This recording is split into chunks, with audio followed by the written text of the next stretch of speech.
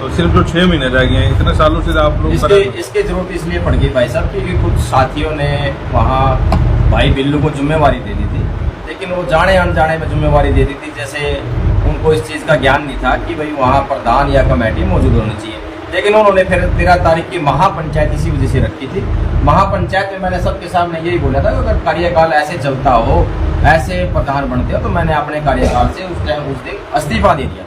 तो फिर हमारी कमेटी के चेयरमैन, जैसे समाज के पूर्व सरपंच, जिला पार्षद, बुद्धिजीवी, नौजवान साथी सब सामने आए। उन्होंने कहा कि भाई हम इस जो भाई ये डिस्प्यूट हो गया, इसको निपटाना चाहते हैं। तो 13 तारीख की महापंचायत इसी वजह से रखी थी, और महापंचायत के चेयरमैन माननीय प्रसिद्ध अपने बलवान शर्मा जी रखे गए थे, और बलवान शर्मा जी ने और 21 आदमी की कमेटी ने ये फैसला सुनाना था। आज इन्होंने 21 आदमी की कमेटी जो बनी, इन्होंने अपना फैसला सुनाया। अच्छा, इन सालों में कोई उपलब्धि रही आप लोगों की? क्या उपलब्धि आपने की इन सालों में? भाई साहब देखो, कोई भी समाज का मुद्दा है हमने जोर शोर से उठाया। जैसे हमारे समाज पे हमने एक ही बात रखी थी, चाहे मेरे परिवार से भी कोई हो, अगर वो समाज पे टिप्पणी करता है तो हम उसका जवाब देंगे।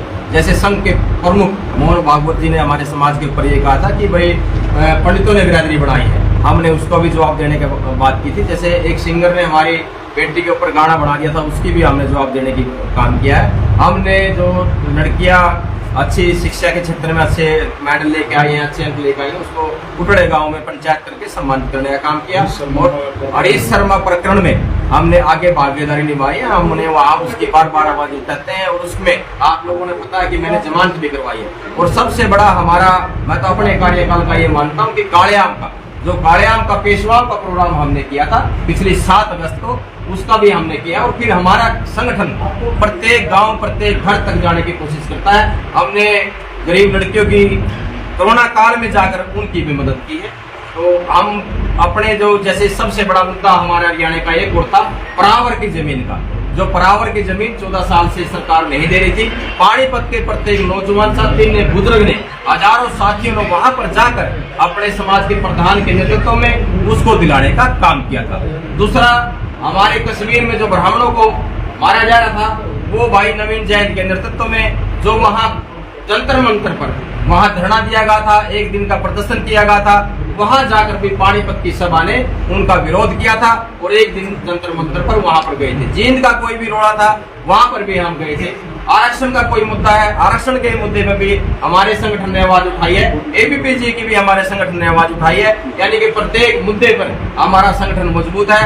और कई बात, वैसे सुनौली रोड का मुद्दा है, सुनौली रोड के मुद्दे पे भी हमने काम करने का काम किया है। इनके शहर में हमने ये नहीं देखा कि ब्राह्मण का मुद्दा है, हमने ये देखा कि समाज का मुद्दा क्या है, छत्तीस बिरादरी का मुद्दा क्या है। चाहे हाथरस कांड हो, हाथरस कांड में भी हमने समाज की अपना दायित्व निभाया, और वहां पर भी हमने काम करने का, उसको न्याय दिलाने का काम किया। प्रदेश में कौन सा आपका नेतृत्व कर रहा है? प्रदेश में ये हमारा जो जिले का संगठन है, ये हमारा प्रदेश से नहीं जुड़ता, हमारे जिले का संगठन है।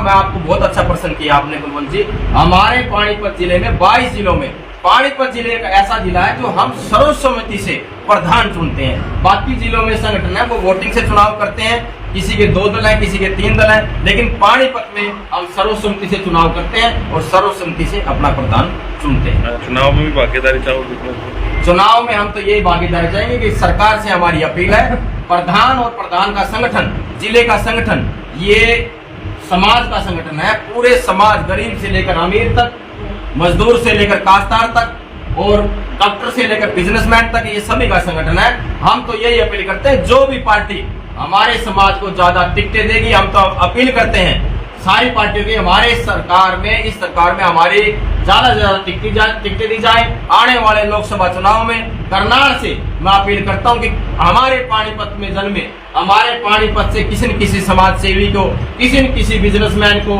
किसी न किसी समाज सेवी संगठन को टिकट दी जाए, जिस पे ये समाज दोबारा छत्तीस बिरादरी की सेवा करने के लिए तैयार है। संजय भाटिया को भी तो आपके शहर गए थे, उनको भी दी गई टिकट।